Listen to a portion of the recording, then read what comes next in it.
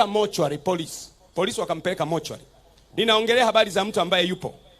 Alipokwenda mochwari, wakatuletea taarifa sisi kanisani kwamba kuna ndugu yetu amefariki, kwa sababu sisi tunashughulika na watu waliokufa kwenye mazingira ya kutatanisha. Hebu sema ya kutatanisha.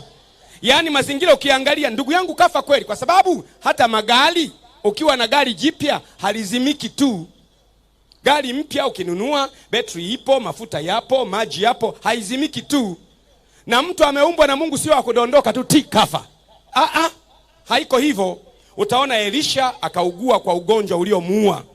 Ukaona Hezekia akawa mgonjwa, akawa katika hatari ya kufa. Watu wao wanaugua. Mwanadamu hajaumbwa tu anafikia eti chini kafariki. Kwa hiyo unapoona mtu amefariki lakini huyaelewi mazingira, sisi ndio idara yetu. Tumeitwa na Mungu kwenye eneo hilo. Utuletee sisi taarifa. Sio lazima ukamlete mtu yule, unatuletea jina tu basi. Hatuhitaji kwenda mpaka kule eti twende makaburini. Unamwona huyu mtu anasema alikuwa kule Bagamoyo. Si tukiita njoo ni neno la Mungu. Biblia inasema hulituma neno, huwaponya na kuwaokoa katika maangamizi yao. Biblia inasema sema neno tu na mtumishi wako anasikia. Neno la Mungu halina ukomo, halina mpaka. Likitamkwa linapenya kwenye ulimwengu wa roho, linapenya mapoli, linapenya majangwa, linapenya mapango ya mashetani, linapenya wachawi. Neno la Mungu li hai, tena lina nguvu, ni kali kuliko upanga wote ukatao kuwili. Linachoma hata ugawa roho na nafsi na mafuta yaliyo ndani yake. Lije pesi kuyatambua mawazo na makusudi ya moyo. Haleluya. Kwa hiyo wala hatuhitaji kwenda makaburini. Tunalitumia neno. Hebu sema neno. Tunasoma kwa neno la Mungu. Kwa hiyo huyo Emmanuel akapelekwa mochari. Sasa wale watu wakatuletea taarifa kwamba bwana, kuna tatizo limetokea, kuna kijana amefariki, lakini kijana alikuwa ni wa kawaida tu, amejinyonga. Hana mawazo, hana familia, hana chochote, ni kijana amejinyonga. Sisi tukaanza kuomba. Maombi yetu ni yale yale, njoo kwa jina la Yesu. Kwa nini? Kwa sababu Yesu alimwambia Lazaro alikuwa amekufa, amezikwa, ameoza. Yesu alipoitwa akawaambia, sikuambieni kwamba mkiamini mtauona utukufu wa Mungu? Yesu akamwambia Lazaro, njoo. Biblia inasema akatoka yule aliyekufa. Miguu yake imefungwa leso na usoni amefungwa sanda. Yesu akamwambia, mfungueni, mwacheni aende zake. Wakamfungua Lazaro. Biblia inasema na Mafarisayo nao wakatafuta kumuua Lazaro, maana kwa ajili yake watu wengi sana walimwamini Yesu. Unaona, ule muujiza wa mtu kufufuka unawafanya maelfu wamwamini Yesu. Unafanya dunia itikisike, unafanya moshi itikisike, na hii ni saa ya ufufuo na uzima duniani. Hebu sema amen. I am talking resurrection as a miracle. Just as we talk about healing the sick, just as we talk about cleansing the lepers, I am talking about resurrection as a miracle that draws people to the kingdom of God. Unaona? Kwa hiyo baadaye tukaanza kuomba. Tulipokuwa tunaomba kwa jina la Yesu njoo, kwenye msiba wameshaweka tayari na hema, wameweka na daftari la mchango. Ghafla wakiwa wanaendelea kwenye msiba, huyu ima ametokea, anatembea tu. Wakakimbia kwa sababu wameweka daftari la mchango, hema ya mchango. Akatokea yule ambaye amefariki na mwili wake bado uko mochwari. Alipotokea wakakimbia, kimbia mbio. Anawashangaa, anawaambia, mnakimbia nini? Wanamwambia, si ulikuwa umekufa? Sema, mimi sijafa. Ulikuwa wapi? Akamwambia, mjomba alikuja usiku akaniambia twende. Akanichukua mjomba, nikaenda kuchonga matofali. Tulikuwa mlimani tunachonga matofali kule Uchagani, tulikuwa tunachonga matofali mahali. Na mjomba wake kabisa ambaye ni tumbo moja na mama yake. Ndio maana nikasema adui wa mtu ni wale wa nyumbani mwako.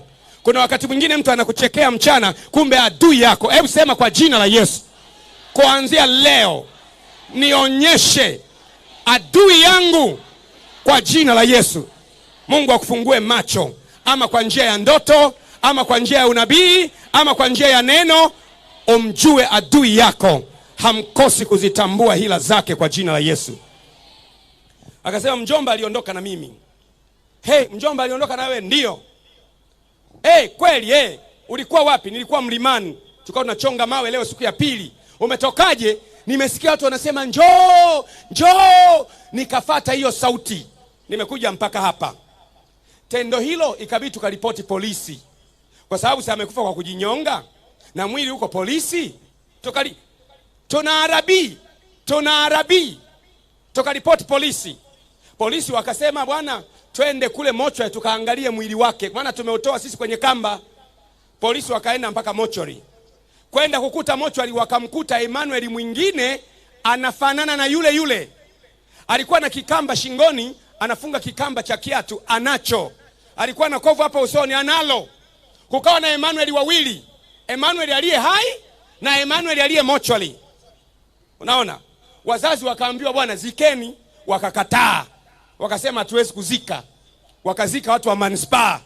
Emmanuel yuko hai, lakini singekuwa kumrudisha, angekuwa unajua watu amekufa, hajafa, yuko hai. Na ukimuuliza anasema jamani, mbona mnanisingizia nimekufa? Mimi sijafa. Mjomba alikuja tu akaniita, akanichukua, akaondoka na mimi. Jambo la pili, tena haya yametokea hapa kwa Wachaga. Familia moja ya hapa ya Wachaga hapa wanakaa Dar es Salaam. Ilikuwa siku ya Jumanne kanisani, ilikuwa jioni. Ikaja gari moja taksi, inakwenda kwa kasi sana, inaingia kanisani pale, na mimi nilikuwepo kanisani. Ilipofika taksi ikapaki, imewasha taa, alafu akatoka mwanaume ndani ya hiyo gari, akakimbia mpaka ng'ambo ya barabara kwa kasi sana. Baadaye akatoka mwanamke mwingine. Tukashangaa kwa nini gari imekuja kwa kasi, alafu imefika, amekimbia huyu mwanaume, amekwenda nje. Tukamsogea mwanamke, tukamuuliza kwa nini huyu bwana anakimbia? Anasema mchungaji, huyo ni mume wangu. Mume wangu anaogopa maiti. Humu ndani ya gari kuna binti yetu anaitwa Giva. Anaitwa Giva, nawe unamkumbuka? Giva nani jina yake? Giva Tem. Anaitwa Giva Tem. Sasa amefariki hospitali. Anasoma UDOM University. Amefariki.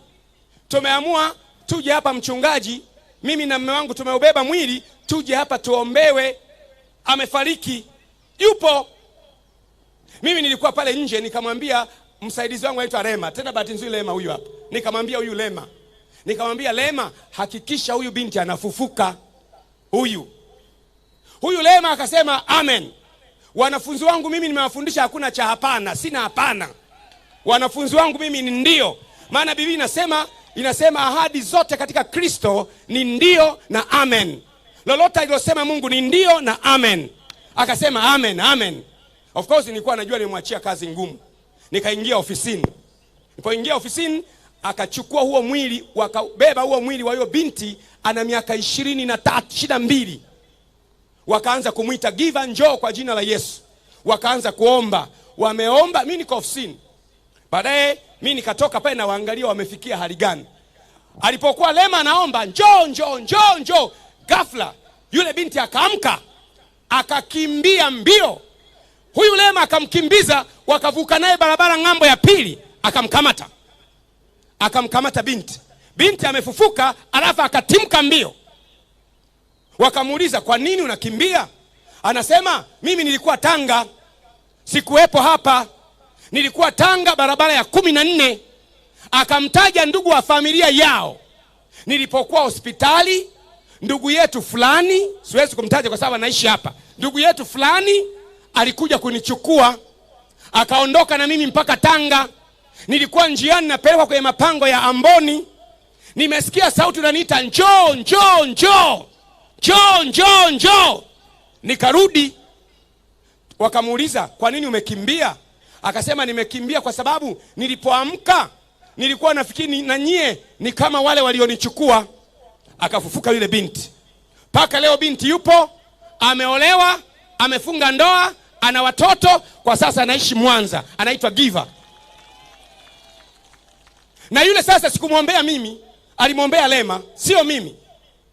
Lema ndiye alimwombea, sikumwombea mimi. Anaelezea nilikuwepo. Nilikuwa tu tunamuuliza, sasa wewe aliyekuwa amelala hapa nani? Anasema kwani alikuwa mtu? Hakuwa mtu. Aliyekuwa hapa sio mtu. Sikuwa mimi. Sasa nakupa evidence hizo ili angalau akili yako ikae vizuri. Ujue kwamba kuna wakati mwingine tunapigwa changa la macho. Nguvu za Mungu ni za ajabu. zilimtoa Yesu Kristo kaburini zikamleta katika uhai. Na Yesu ni yeye yule jana, leo na hata milele. Biblia inasema hakuna uchawi juu ya Yakobo wala uganga juu ya Israeli. Haleluya. Hakuna uchawi. Lazima tujue ukisimama thabiti katika imani kwa damu ya mwana kondoo. Mpenzi mtazamaji wa kituo hiki cha TanzaGhafla News, kwa habari ambazo zilikuwa zinazambaa mtandaoni kwamba Rachel Dangwa ambaye ni mwanaharakati wa nchini Tanzania aliweza kutekwa kutoka chumbani mwake huku Japan Tokyo muda tu wa mchana